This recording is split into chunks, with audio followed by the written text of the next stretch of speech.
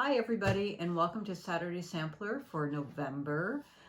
We're getting near the end. Marilyn here, and I'm here to talk about the cutting and another recipe that we have for you.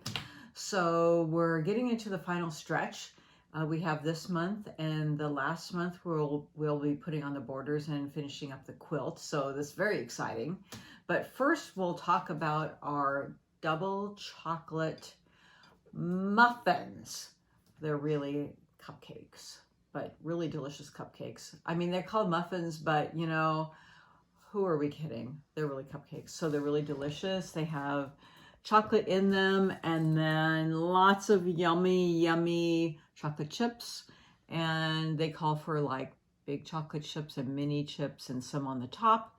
And they're super delicious and chocolatey. And if you want to have them as a muffin for breakfast, you know, knock yourself out. But remember, they really are cupcakes.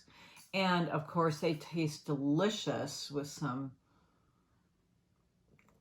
adult beverages or some champagne, whatever you like, or some bubbling, what do you call that? Apple cider? I don't know. Sparkling cider. Sparkling cider. That's what you call it, sparkling cider. It probably tastes good with that too. Yes. Okay. So hopefully you're all doing well, staying healthy and safe. We miss those of you we haven't seen, and we love seeing you at the shop. And I did want to mention, if you haven't seen it, that we have a lot of terrific new kits that have come in that we've made in the last week or so. They're hanging up, and I'm going to be making another video probably tomorrow, walking through the shop and showing you a lot of terrific new things. So come in and see them or watch my video. So we'll be doing that soon. Okay, so that's happening. So we are talking about today Chevron borders, and where they are in the quilt is these borders right here. So that's what we're doing, this little section right here of piecing that will go on to some plain sections later, but this little section right here, and that is on page 14. Okay, so get your page 14 out. There are 1, 2, 3, 4, 5, 6, 7 colors in your baggie, and as you can see, lots to do. Yay, so exciting. Okay, so there's lots to piece. We have flying geese, we have folded corner clippers, and we have half square triangles with our block locks. So all of the elements are in here, all 3 rulers that we've been using, so it makes it really fun and exciting. Don't think you can sit back and relax. We still have a lot to do. Okay, so for the cutting, first is fabric 3. Now fabric 3 and 4 look similar, so make sure you look at these and keep them straight. Oh, I have 3 upside down and 4 upside down. Okay, so there you go. So the cutting on 3 and 4 are exactly the same. So what you're going to do with that wide strip, and I have an extra one here to show you, and this is fabric 3, is on this extra wide strip from salvage to salvage, you are going to cut 3 4 1/4 inch strips across, and you have plenty to do that. So you're going to cut your strips, and then from those strips, you need to get, you're going to basically cut 24 4 1/4 inch squares, okay? And then you're going to take 22 of those, and you're going to cross cut them to get triangles, and you're going to save 2 of them because you need them for something else.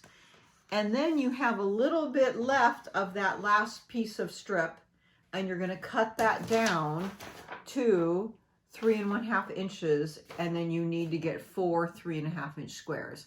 You have plenty of fabric to do that. Well, not plenty, like make a lot of errors plenty, but enough if you do what I just told you. Okay, so you're going to do that for fabric 3 and do that for fabric 4, but keep them straight. Know the difference between the 2, and you can see them right here on the video.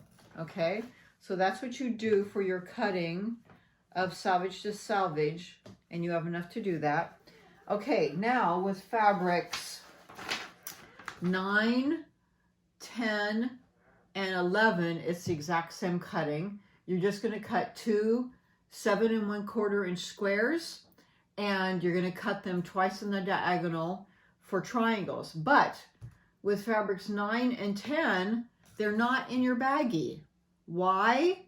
Because these came from a previous month, and it said save for page 14. Oh, guess what? Here we are. So you didn't give me number 9 and number 10. Well, not this month, but they were from before. So dig them out of your, page. And when I said, put a sticker on it that says save for page 14.